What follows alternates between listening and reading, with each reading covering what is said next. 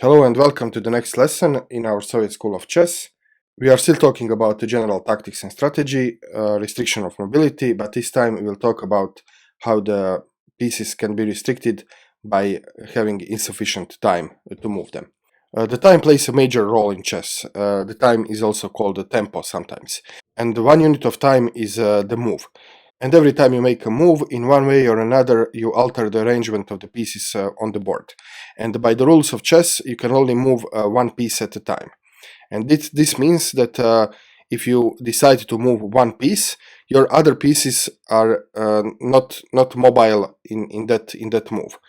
So you can say that by choosing one piece to move, you are leaving other pieces to remain immobile. So in this case, if you think like this, you can say that the mobility of chess is limited by the lack of time which you have to move the piece. So let's see the example, and it will be more clear what I'm talking about.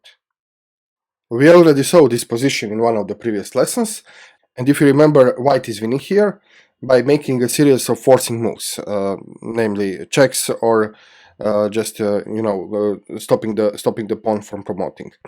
And this is the example of immobility due to insufficient time. So this pawn needs only one move to promote, but this pawn will never promote because it doesn't have time to promote. Because every time you give a check, you have to move the king. So if black moves the king, then he doesn't have time to promote the pawn. So this is one way of looking at this position. And also in this position, this pawn's mobility is restricted by several means. So one is by insufficient time, then by striking power of the queen, and also by the pin. So we can go through this example very quickly again. So it begins with a check. So now this pawn is now immobile due to the insufficient time. It doesn't have time to move because he has to move the king. Then check again, he has to move the king, and now the pawn is restricted by the striking power of the queen. So the queen is now hitting d1, and the pawn cannot promote because it will just get captured. So king defends the pawn, and now again check. Again, the pawn is immobile because black has to move the king.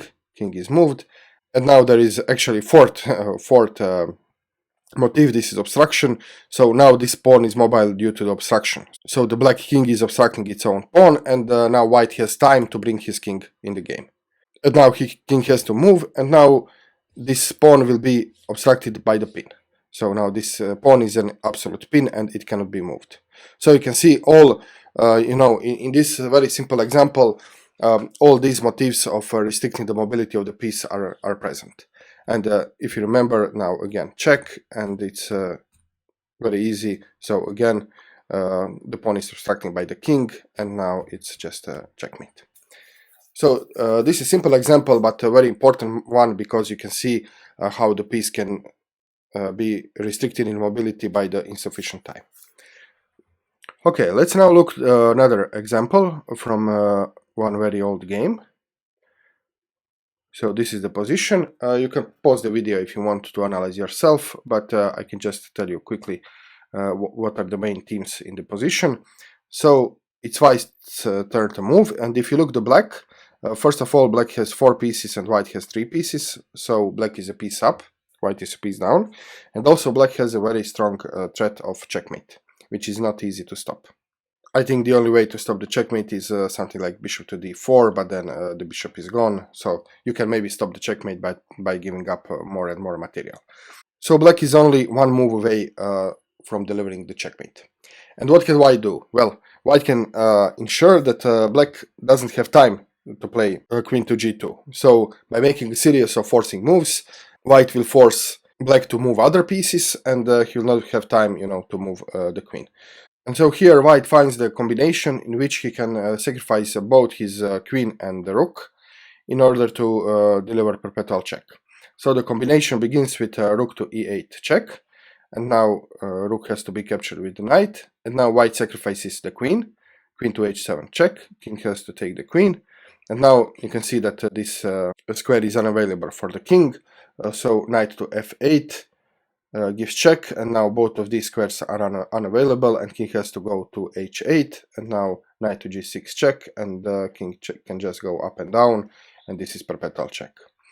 So this is how the game went and how white managed to force a draw and not give black the opportunity to play queen to g2.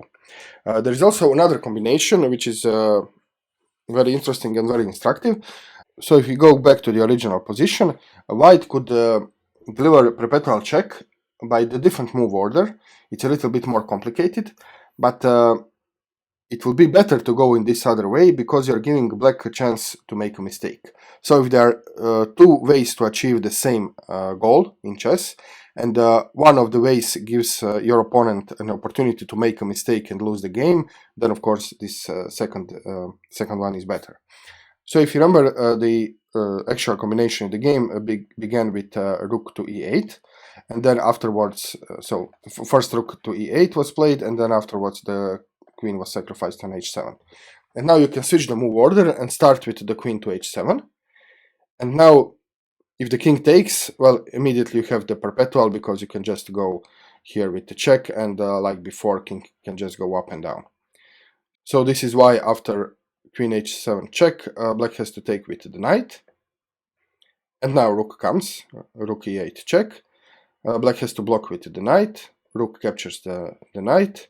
And now king goes up. And now the bishop comes to the game and delivers check on g8. King has to go to g6. Now bishop to f7. King has to go to f5. And now white has a discovered check. So bishop d5 is a discovered check with the rook. And now this is the moment in which black can make a mistake. And the mistake would be king to g4. Because now white can just give a very, very quick mate. Starting with f3 check. King has to go to h5, bishop to f7 check. Black has to block the check with the pawn, and now knight f6 is checkmate.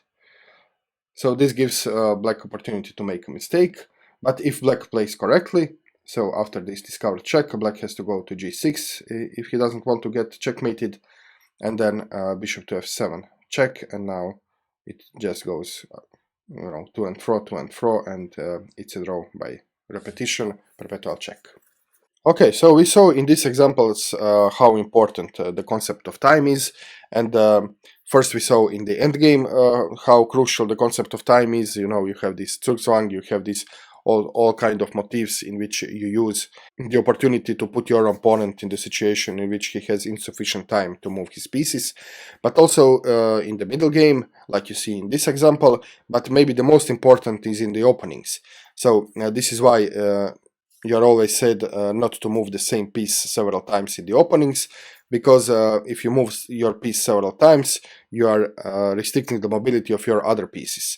So in the opening, you need to play with all your pieces, you need to bring all your pieces out, and if you just play with one piece several times and your opponent plays every time with a different piece, then he'll have a greater advantage in development, and then in crucial moments your pieces will be left behind and you will not be able to mobilize them in the middle game. So this concept of insufficient time can help you to understand why it's important in the opening to play the different piece every move, because you only have one move. When it's your turn, you can only move one piece, and you want to use the time to mobilize your whole army. Also, this concept of lack of time comes into play when two pieces are simultaneously under attack. So if you can perform a dual attack with one of your pieces, attacking two pieces at the same time, it's a very strong tactical motive, because again, you only can move one piece at a time, and if both pieces are attacked simultaneously, then you can have difficulty defending both pieces at the same time. And this all leads to our next lessons, in which we'll talk about forcing moves, because like you saw in these examples as well, the most efficient way to make your opponent having insufficient time is by making forcing moves. And by forcing moves, I mean checks, captures, dual attacks, and so on. So this will be topics of our next several lessons. Thank you for watching. I hope you are enjoying the series and the lessons. I hope it's useful for you. And if this is so, then please stay tuned, because the other lessons are coming as well. See you soon. Cheers.